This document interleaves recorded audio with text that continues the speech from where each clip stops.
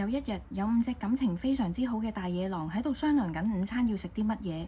巴爾第一個開聲：今日中午大家想食啲乜嘢啊？我想食又香又軟又蓬鬆嘅蛋包飯，上面仲要鋪滿又滑又嫩嘅半熟蛋。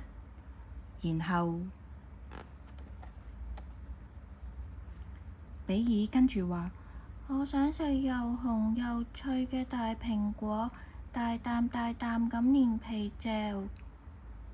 跟住布爾又話：我想食熱辣辣嘅巨無霸炸蝦當飯。然後貝爾跟住話：我想同你哋一齊去掘薯仔整可樂餅，將佢炸到又鬆又脆，再趁熱咁大啖大啖食。跟住波爾又話：我想食肥美多汁嘅香烤臭刀魚。巴爾聽完之後就話啦：大家嘅意見都唔一樣，咁點算呢？啊，係啦，你哋覺得食小野豬好唔好啊？一於就食豬啦。結果5隻大野狼異口同聲，全部都贊成呢一個提議。佢哋行去小野豬可能會出沒嘅地方，然後匿埋等小野豬出現。過咗冇幾耐，真係出現咗5隻小野豬。波爾好興奮咁樣話：哇！今日呢餐真係豐富啦！我哋啱啱好可以各自食一隻。大家準備好未啊？1、2、3，衝啊！呢個時候場面非常混亂，捉嘅捉，跑嘅跑。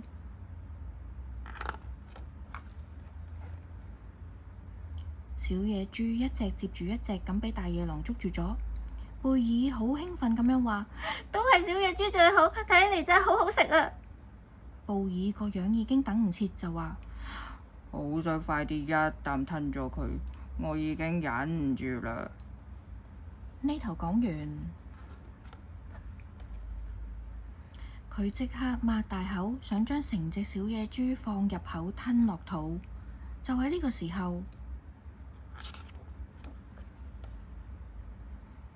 比爾好細聲咁自言自語：真係好。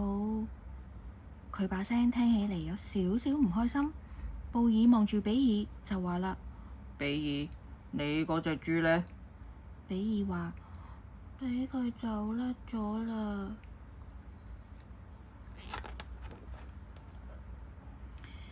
於是布爾就話啦：比爾，我嗰隻豬俾你啦。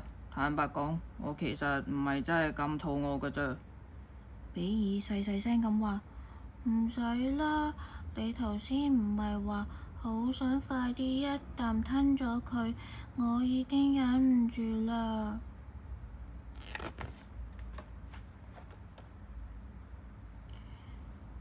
貝爾呢個時候叫布爾讓開，然後佢話：講真啦，比爾，反正我都唔係真係咁鍾意食豬，我嗰隻俾你啦。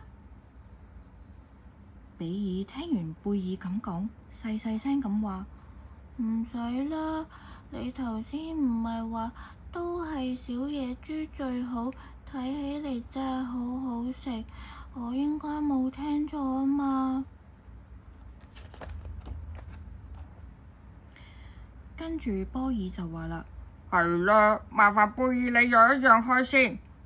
比爾，坦白講啊，我真係冇本事食晒成隻豬，所以我嗰隻豬都係俾你啦。比爾聽完波爾咁講，都係細細聲咁話：唔使啦，你頭先唔係好興奮咁話，我哋啱啱好可以各自食一隻，唔係咩？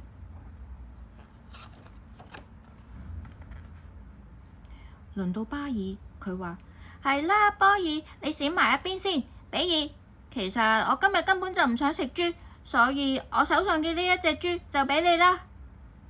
比爾聽完巴爾咁講，仍然堅持話：唔使啦，今日一開始最先提議，一於就食豬啦。嗰個唔係你咩，巴爾？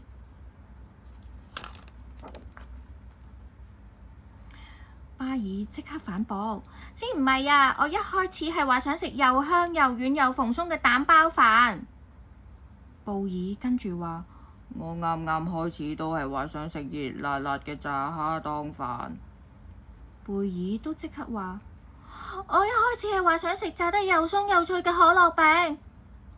然後波爾都忍唔住即刻話：我本身就係話想食肥美多汁嘅香烤秋刀魚。啊，係啦，比爾，你啱啱話係想食咩㗎？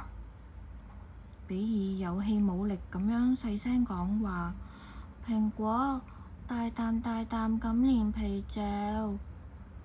呢頭講完，巴爾即刻附和：啊，係啦，蘋果，原來係蘋果啊！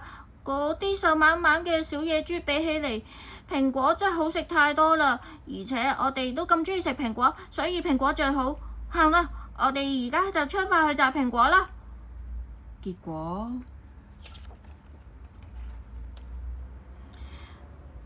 5隻大野狼全部都贊成，跟住佢哋各自抌低小野豬，好似飛咁樣衝過去摘蘋果。一陣清風輕輕咁樣擦過5隻大野狼嘅面，慢慢咁消失喺森林嘅另一邊。